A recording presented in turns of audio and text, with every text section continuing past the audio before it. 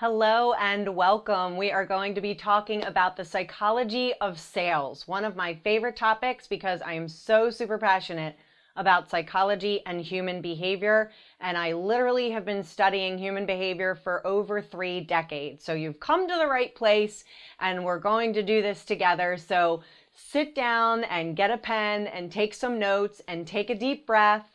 And we're going to talk about the psychology that you have going into the sales conversation, as well as the psychology of your potential client.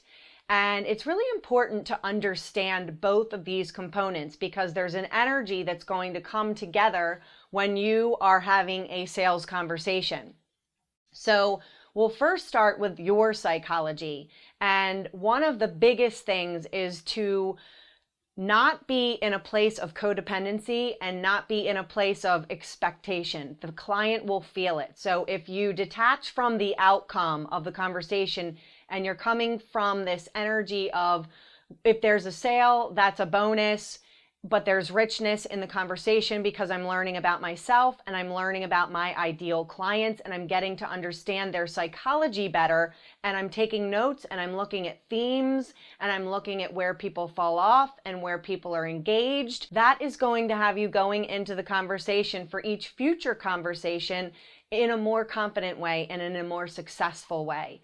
So the psychology of your client is going to show up, of course, and they may be engaged during the conversation, and then you might notice a time in the conversation where they become disengaged. So in order to not create a relationship of codependence where they could come back and say, well, I felt pressured into that, you're going to remember to lean back, not just with your energy, but with your words. And it's not this forward, like, you know, there's a calm, confidence, peaceful energy to you in these conversations. And sometimes when I'm having these conversations, if I am sitting down in my office chair, I will lean back energetically because it does have a tone to it. It does have an impact.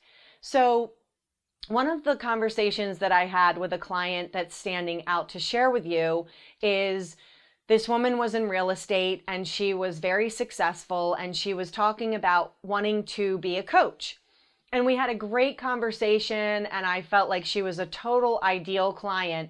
And towards the end of the conversation, after I had shared with her about how much the investment was and the options for making the investment, she got to this place where she's like, I'm just not going to make a decision in this moment. And that's okay with me. Usually on the sales conversations, I do try and assist women to get to a decision one way or another because I have come to find through my own studying that a woman's greatest place of pain is in indecision, one of her greatest places of pain. Another one is in self-betrayal. And so having this conversation with this woman, towards the end of the conversation, she's talking about her contact lens was bothering her and she wanted to go home. And then she started saying that she was sure that I would be happy to take her credit card, just like all the other people out there, and that she had many other options. And in that moment, what happened for me, because I'm so unavailable to codependency in any relationship, is I realized that first of all, I started leaning back even further because I was so not available for her to project her ideas on me, because my truth is exactly that I was not trying to just take her credit card. I don't operate like that. Like, I have no shortage of people coming to want to work with me, and my business is constantly flowing in abundance. So I'm not attached ever whether someone signs up with me or not, because I want clients, only clients, who are enthusiastic about investing with me and they're enthusiastic about wanting to work with me. I'm not going to try and convince you to work with me. If you decide that you want to work with someone else, I'm happy to get on the phone with you and support you in deciphering if that person is right for you. And that's actually what I told this client. And I said, listen, I said, receiving your credit card and having you work with me today is not my intention.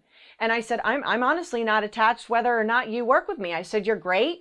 I'd love to work with you. I know that I can help you achieve your results in a very short amount of time. I understand there are other options out there, and that those other options might be better for you. And I said, if you call me up tomorrow and you say, Rebecca, I need to talk to you because I need help deciding which program is right for me, or which coach is right for me, and I have made a full-on decision that you're not the one that I want to work with, I would still, of course, time permitting, get on the phone with this person and help them, because my genuine passion is helping women make the right decision for themselves that's going to give them the ability to do their best and to show up as their shining selves. That is really my passion. And so at the end of the day, if the outcome is not me as your coach, or the School of Feminine Fortune is not the program for you, I'm okay with that. There are all these different things out there, and each person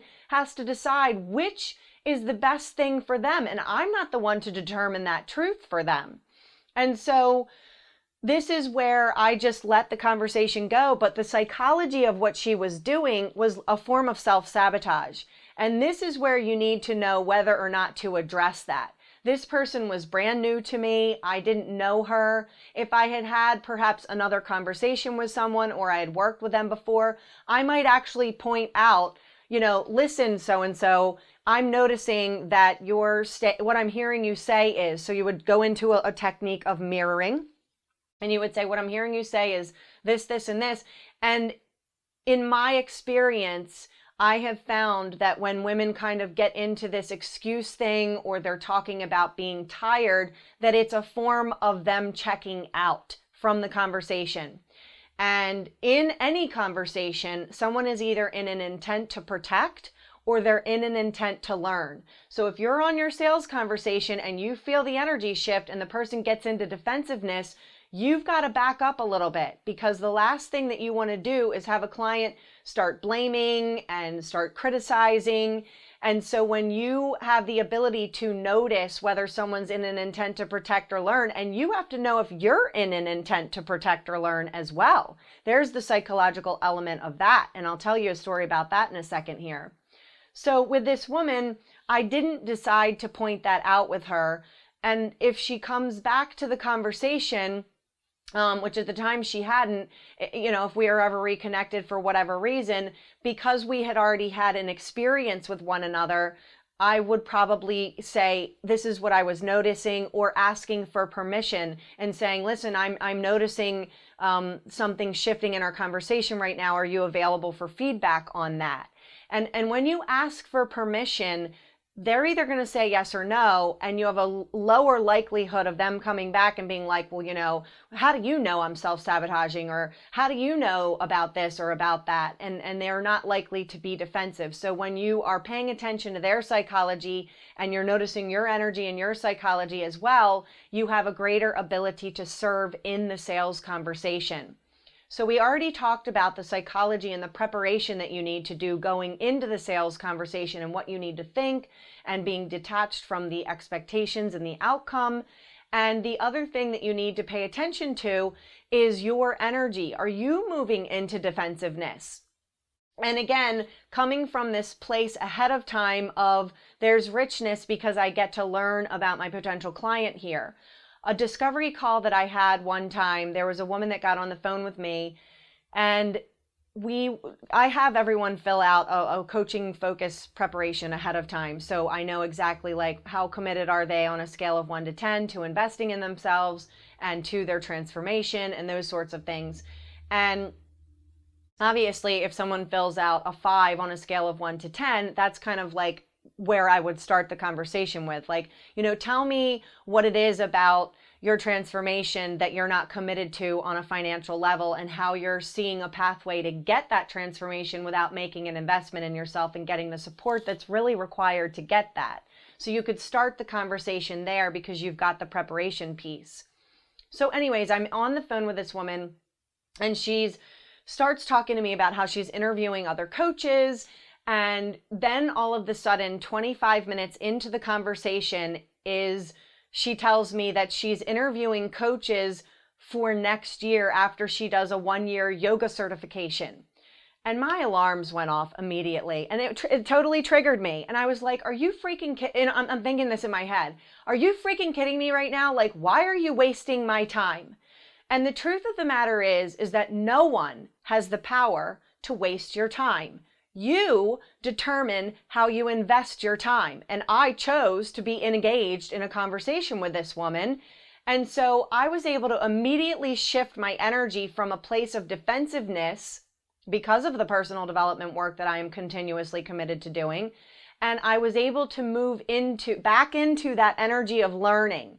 And so I went in and I said, hey, Jane, listen, I'm really curious here. Why are you interviewing coaches now when you're going to not hire someone for an entire year? And if I were to imagine the version of yourself that you're going to be a year from now, especially after this yoga training, because that in and of itself is so transformative, that you're going to be a very different person who would probably need a different kind of coach than you can determine that you need today.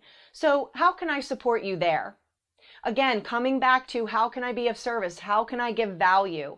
And she was so thankful because she was investing all of this time and also engaging other people to invest their time in having a conversation that probably would be irrelevant a year from now. And so she was able to say, yeah, you're right, Rebecca, I should really put this on the table and come back to this.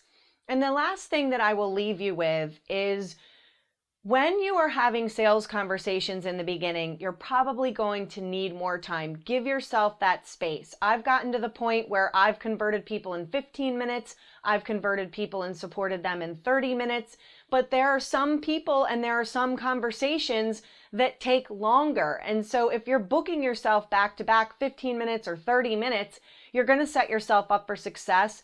And you need to give yourself the space to operate from a place of learning and converting. And if you have to go into a money conversation with someone, it might take a little bit longer. So having that space for yourself, especially if you're new to mastering the sales conversation, then you'll have the ability to set yourself up for success. But begin to observe what are the different patterns that you're noticing on these calls that you're having or these conversations that you're having if you're doing it in person. And you can begin to notice the psychology not only for yourself, but also for your clients. And then you get to serve in a greater purpose and serve in a greater way that is in service to both you and your potential client.